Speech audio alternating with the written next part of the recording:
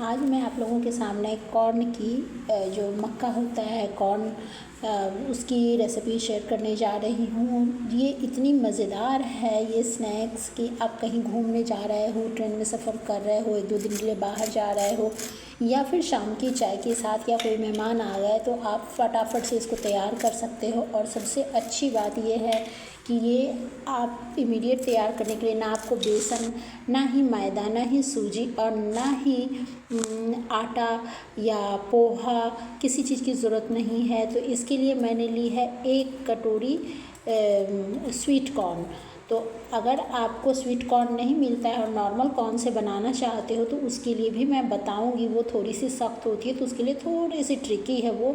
तो यहाँ पे स्वीट कॉर्न को मैंने लिया है अपने मेज़रमेंट के अकॉर्डिंग, मैंने 1 कटोरी ली है और उसमें स्वाद अनुसार डाल दिया नमक। अब यहाँ नमक को मैं अच्छे से हल्के हाथों से शुरू में मिक्स करूँगी और बिल्कुल हल्के हाथों से मिक्स करने के बाद धीरे धीरे ये नमक अपना पानी छोड़ना शुरू कर देगी। तो जैसे जैसे नमक अपना पानी छोड़ेगी मैं अपनी मुट्ठी को सख्ती से मसलती जाऊँगी और मसलते मसलते ये कुछ इस तरीके से हो जाएगी।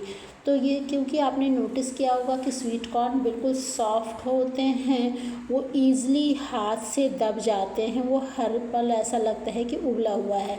और हाँ, अगर आप फ्रोज़न वाले पैकेट वाले स्वीट कॉर्न लेना चाहते हो तो आप उसको हल्का से स्टीम कर लें, क्योंकि आप डायरेक्ट बनाएंगे तो हल्की सी स्मेल रह सकती है।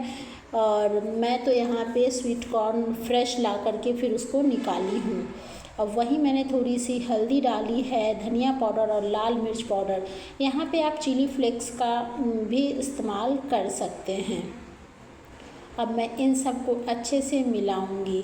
अच्छे से मिक्स करते हुए इसको आप ये ध्यान रखना है कि आपको मुट्ठी से कसते जाना है और जैसे जैसे आप मुट्ठी से कसते जाएंगे, मसलते जाएंगे तो ये अपने आप ही हो जाएगी बिल्कुल ही सॉफ्ट।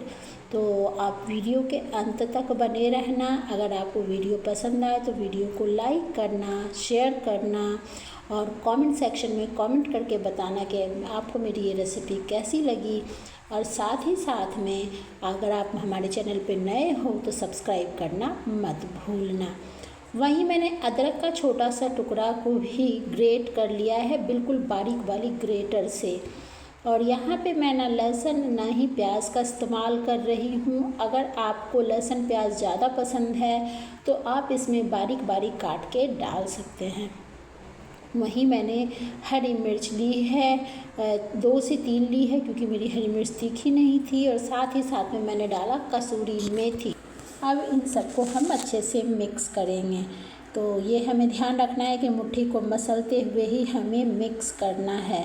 अब यहीं पे मैं बताना चाहूँगी कि आपके पास अगर नॉर्मल वाले कॉर्न होंगे तो आप हल्का सा उसको स्टीम लगा लें ताकि वो सॉफ्ट हो जाए।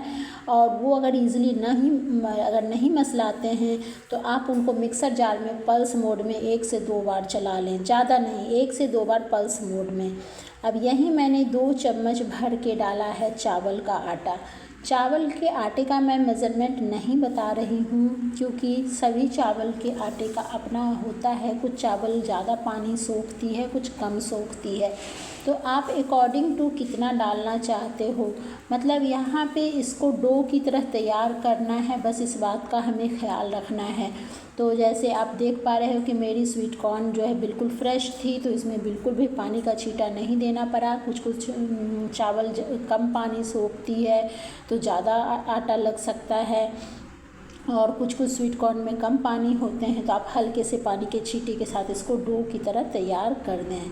तो यहाँ पे मैं मसलते मसलते जो है ना चेक कर रही हूँ कि और आटा तो नहीं चाहिए चावल वाला।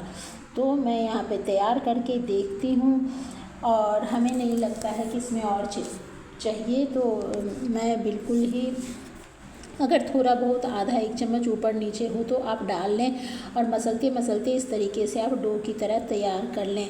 अगर हल्की पानी की ज़रूरत हो तो पानी का बस छींटा ही लगाएं, ज़्यादा नहीं। और या फिर लगता है कि आटा ही और चाहिए तो बिल्कुल थोड़ा थोड़ा करके ही दें, बहुत ज़्यादा आटा इसमें नहीं चाहिए। तो इस तरीके से हमारा डो बिल्कुल प्यारा सा हो गया तैयार। अब यहाँ पे आप देख सकते हो कि कितना आसान है ना। आप चाहो तो अपने पसंद के प्याज डाल सकते हो, लहसुन डाल सकते हो। आप इसको बेसन से भी बना सकते हो, लेकिन वो इतनी क्रंची और क्रिस्पी नहीं होगी। यहाँ अपने पसंद के साइज़ की टिक्कियाँ मैं रफली बना रही हूँ, बिल्कुल रफली। आप चाहो तो बड़े बड़े साइज़ की टिक्कियों को आप बड़ी बड़ी टिक्की की तरह आप तैयार कर सकते हो, लेकिन मैं यहाँ पे पकौड़े की तरह इसको बनाना चाह रही हूँ। और नॉर्मल वाले कॉर्न अगर आप लेते हो तो बिल्कुल पल्स मोड में ही आपको ध्यान रहे कि पल्स मोड में ही उसको चलाना है, 1 से 2 बार, ज़्यादा नहीं।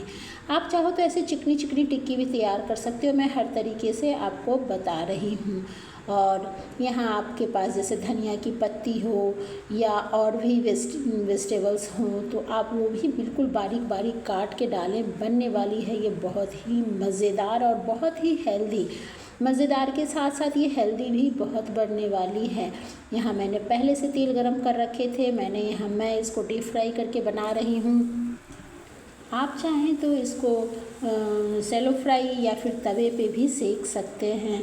तो हमारे यहाँ ये अक्सर बनती है, लेकिन इस बार हुआ है कि बच्चों ने कहा कि नहीं हमें डीप फ्राई वाली ही खानी है। तो ये ईज़िली, अगर मेरे पास जैसे स्वीट कॉर्न पड़े हैं तो मैं तो बैठे बैठे निकाल लिया, और मुश्किल से 5 से 7 मिनट लगता है। पहली लाइन मैं नाइफ से आसानी से निकालती हूँ, उसके बाद ईज़िली निकल जाते हैं। और कई बार मुझे पैकेट वाले कम पसंद हैं, क्योंकि वो ज़्यादा पिलपिले मतलब उसमें पानी का अंश थोड़ा ज़्यादा होता है, तो मुझे पसंद नहीं आती। उसमें हल्की सी मुझे स्मेल लगती है, तो मुझे उसको बॉईल करना पड़ता है नॉर्मल कॉर्न की तरह। तो उससे टेस्टी होती है नॉर्मल कॉर्न के। तो आप इस तरीके से आप इसको ईज़िली चाय में, शाम की चाय के साथ आप बना सकते हैं। ये इतनी क्रिस्पी और इतनी क्रंची होती है। अगर आप सफ़र में भी ले जाना चाहो तो इसको ऐसे ही फ्राई करके और इसको बिल्कुल ठंडा करके डब्बे में डाल लो। इसको 3 से 4 दिन तक तो एक तो कुछ भी नहीं होना है, कुछ भी ये होंगे नहीं। ऊपर से इतनी क्रिस्पी और क्रंची रहेगी, तो आप रास्ते में भी, कभी सफ़र में भी चाय ले लो और अपने ही पकौड़े निकाल के खाओ, कितनी मज़ेदार होती है। तो मैंने यहाँ पे आपको सारे ऑप्शंस दिए। आप इसमें वेजीज भी यूज़ कर सकते हो, कोरिएंडर, धनिया पत्ती, प्याज, लहसुन सब कुछ डाल सकते हो। मैं इन सब चीज़ों को हटा के सिर्फ आप लोगों को मैंने मैंने यहाँ पे कॉर्न का यानी स्वीट कॉर्न का इस्तेमाल बताया है। अगर मैं उतनी सारी चीज़ें डाल देती तो शायद आपको बिलीव नहीं होता कि कॉर्न से भी इतनी मज़ेदार और क्रंची क्रिस्पी पकौड़े बनाए जा सकते हैं या फिर टिक्की बनाई जा सकती है। तो आप इसको बहुत तरीके से यूज़ कर सकते हो। इसकी बड़ी बड़ी टिक्कियाँ बना करके आप इसके चाट भी बना सकते हो, टिक्की वाली चाट, या फिर आप इसको ग्रेवी वाली सब्ज़ी बना सकते हो। तो ये बहुत तरीके से इसका इस्तेमाल होता है, और इसमें ना ही किसी बेसन की, मैदा की, सूजी की, किसी चीज़ की ज़रूरत भी नहीं है। बहुत आसानी से बनने वाली ये चीज़ है। और चावल तो हर घर में होते हैं, अगर आटा नहीं है तो आप फटाफट से मिक्सर जार में 1 कटोरी चावल का आटा बना लो और कर लो इसको तैयार। ना प्याज चाहिए, ना लहसुन, ना इसमें कुछ भी। जैसे मैंने तो धनिया पत्ती तक नहीं डाली, फिर भी ये इतनी मज़ेदार बनी है कि आप समझ सकते हो कि अगर चाय के साथ परोसी जाए तो इसकी आवाज़ ही बता रही है कि ये कितनी है मज़ेदार। तो मैं आपसे फिर से कहूँगी कि आप इसको एक बार ज़रूर ट्राई करना, और वीडियो पसंद आए तो लाइक करना, शेयर करना, कमेंट सेक्शन में कमेंट करके बताना आपको मेरी रेसिपी कैसी लगती है। और सब्सक्राइब करना तो प्लीज़ मत भूलना। आपका एक लाइक और एक सब्सक्राइब हमारे लिए मोटिवेशन का काम करता है, ताकि मैं नई वीडियो इसी तरीके से आप लोगों के लिए लाती रहूँ। जब आप इस तरीके से मेहमान को जब परोसोगे ना, तो उन्हें भी बिलीव नहीं होगा कि आपने बिना बेसन, मैदा, आटा, सूजी के इसको बनाया है, सिर्फ कॉर्न से।